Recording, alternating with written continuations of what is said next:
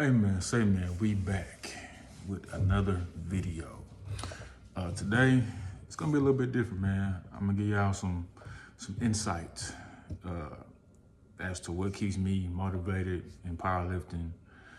I also give you a little bit of the story, the backstory of why I took such a long break from competing at one time.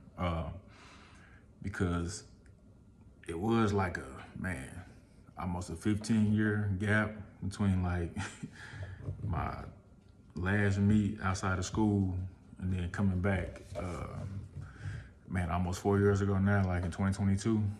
So yeah, my dog is over here decide he's thirsty as hell in the middle of the video. Anyway, but yeah, so I didn't compete at all from 2007 until 2022. Yeah, man, just life. College days, moving around a lot. I lived out of a suitcase for a long time just because that was the type of job field I was in. Like, I was either truck driving or oil field or overseas contracting. So I was moving around a lot, man. So I still worked out, still trained, I tried to stay as strong as I could, I guess, but what really got me back into wanting to compete though was, oddly enough, and I promise I'm not name dropping for whatever reason. Man, hold on real quick. All right, my bad. Brief interruption, but pets. So yeah, basically what motivated me to get back on the platform and start competing again was so I was on YouTube like a lot of us, back in the day. This is probably 2014-ish. And I seen some guys out on the West Coast in the gym doing crazy stuff. And I was like, man, I think I could like get with them guys, you know what I'm saying? Not like trying to be a part of their crew or nothing, but just on some, like, I can do damn near the same things they doing in the gym, And not quite, but almost. Oddly enough though, who I'm talking about is, and shout out to them guys, man, because I actually met a lot of them in person afterwards. Dope, man. And even the ones I didn't meet afterwards, I talked to them. And some of them I still got relationships with till today.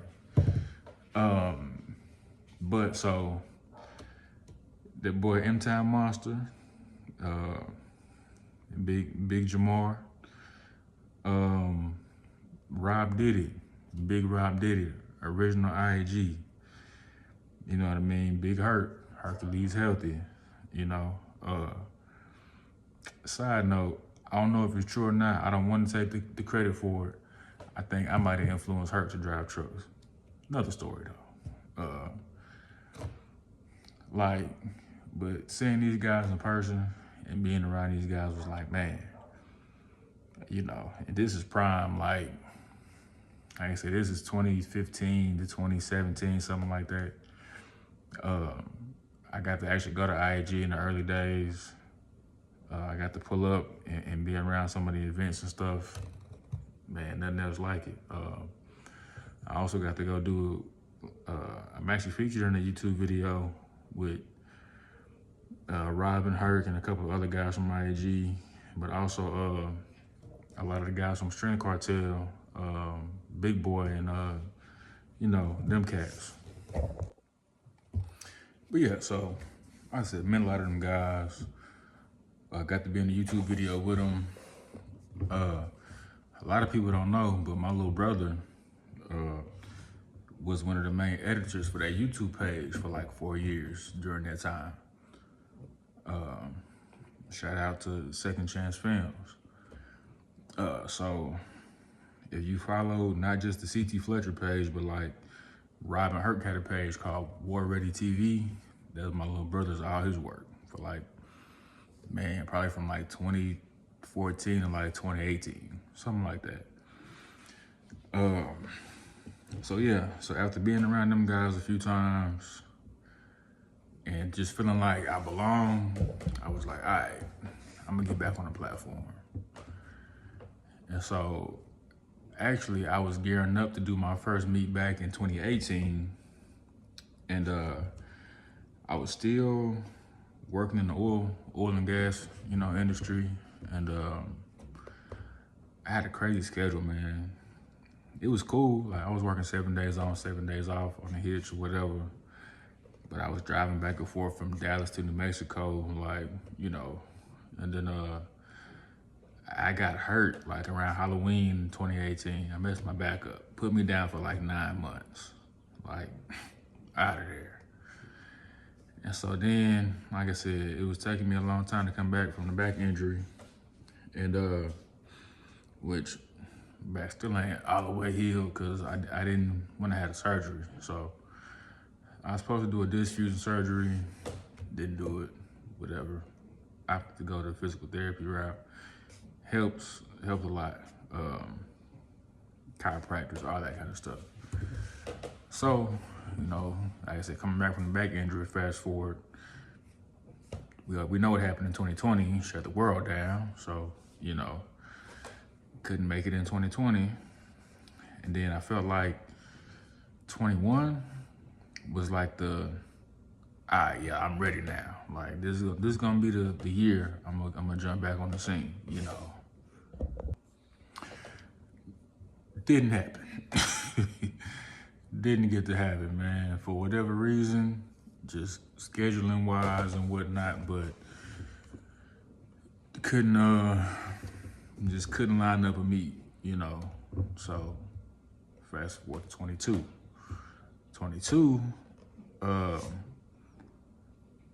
And I ain't gonna dance around it. Look, I was trying to sign up for a couple USPA meets, right? For whatever reason, I couldn't get in them. I don't know. I mean, I know, like I'm in Texas, DFW, Dallas, Texas area, right?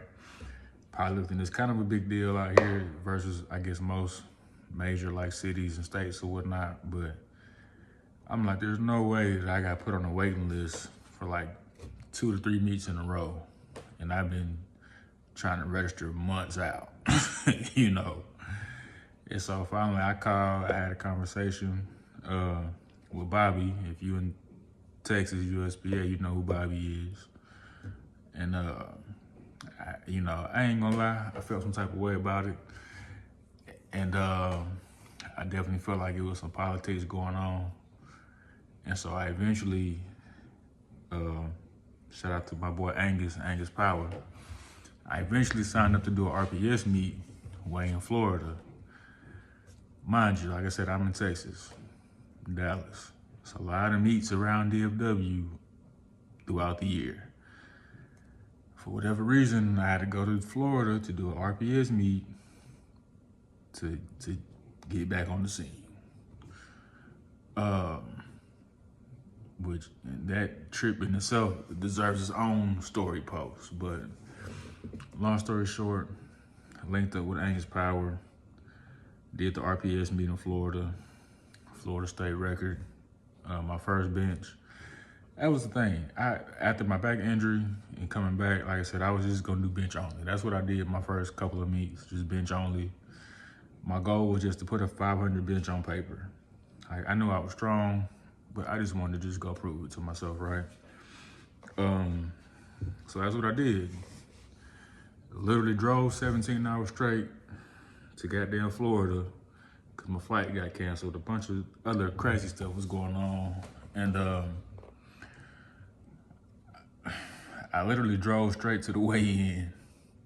And I was tired, beat up, on that road, man. And I ended up hitting 512 my first comp back. So now I'm back on the scene. And when I came back to Texas, I still wasn't able to do a USPA meet. I ended up doing a Ripple meet, RIPL, Raw Iron Power, I had one of my best days ever on the platform. that's where I hit, like, I think I did 523 in that meet. Another, you know, federation state record, whatever. I think I still have the second or third highest bench ever in that federation. And then by then it was like, okay, now you can come do a USPA meet. Crazy. So once I was able to finally get into, you know, get my feet wet in the USPA, my first meet I did was a Texas State Open in 23. And then I went immediately to nationals, drug testing nationals, got my ass kicked. I got second, but I got my ass kicked. It wasn't close. Yeah, man, but it was a dope experience overall. You know, like I said, I enjoyed my time there in Vegas that year or whatever. And yeah, man, like I've been trying to stay consistent, you know, ever since.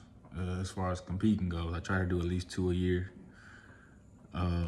sometimes 3, but you know, I'm just trying to stay active, man. I'm trying to, like I said, my thing is I don't really like the accolades and the records and all that's cool, but I really do it just because to keep proving it to myself, you know.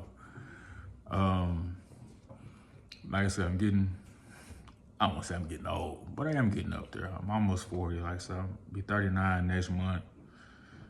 And I ain't gonna lie, I do want some Masters 40 world records, you know. But it's just one of them things, like, even if it wasn't for the platform or me competing, like I would still be in the gym. But I do like knowing that, you know, I can still perform when it counts. So, and that's the whole thing for me, man. I just, more than anything, I just like to get better. And I like to keep moving forward. And, you know, I don't want to keep, you know, just wondering what if, like, oh man, you know, like to all the people who have thought about doing a meet or they're thinking about competing, I don't want to do nothing yet because I ain't strong enough. Like, bro, just go do one.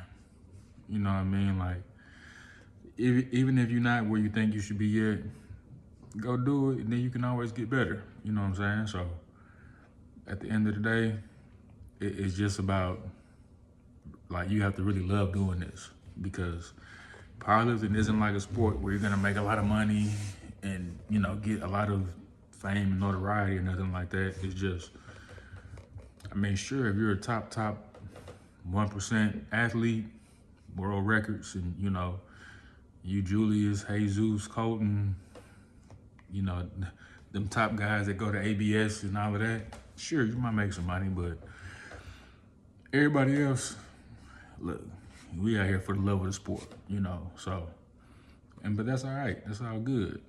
You know, I think powerlifting is the only sport to where you can actually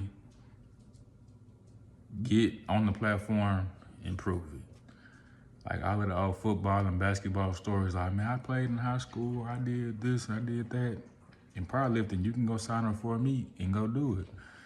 It might not be at the same meet as them guys, but when them numbers get put on Open Power, they're gonna be on the same list. You know what I'm saying?